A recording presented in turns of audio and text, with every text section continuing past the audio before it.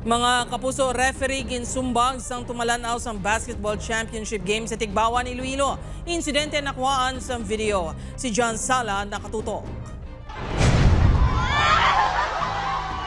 Makahalawat-hawat ang hampang sa tunga sang duwa ka team sa Championship Games ang Summer Basketball League sa Barangay Kansilayan, Tigbawan, Iloilo kagabi.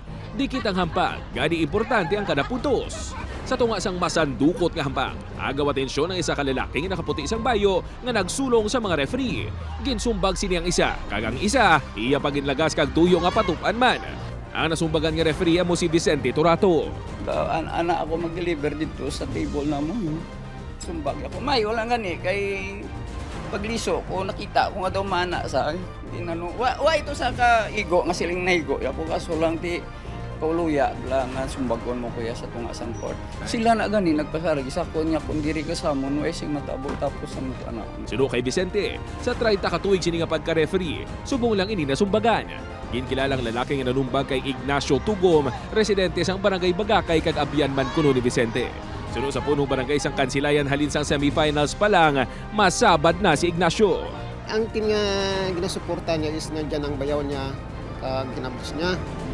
Di sang semifinals, gaboy-haburo lang kinilas siya sa may referee, sa may kung halimbawa ang referee man, di man naman.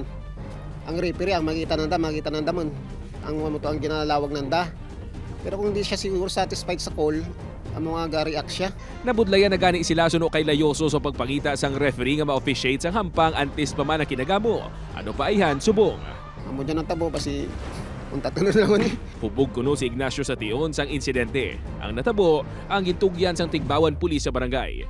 Hindi na kuno magpasaka pa sang reklamo si Vicente batok sa sospek apang nagpahayag ini nga bangod sa insidente, wala na sang referee nga ma-officiate pa sa mga paliga sang Kansilayan. Siguro, ilabas may mga game fixing lang siguro bala bago sila mag-imo sa ano tanawon mananay nila ang sitwasyon o kung ano bala na imuon muna tapos kung ano matabo mapakitlo gaman lang. Ginatinguan pa sang news team mamakwan sang bahin ang sospek.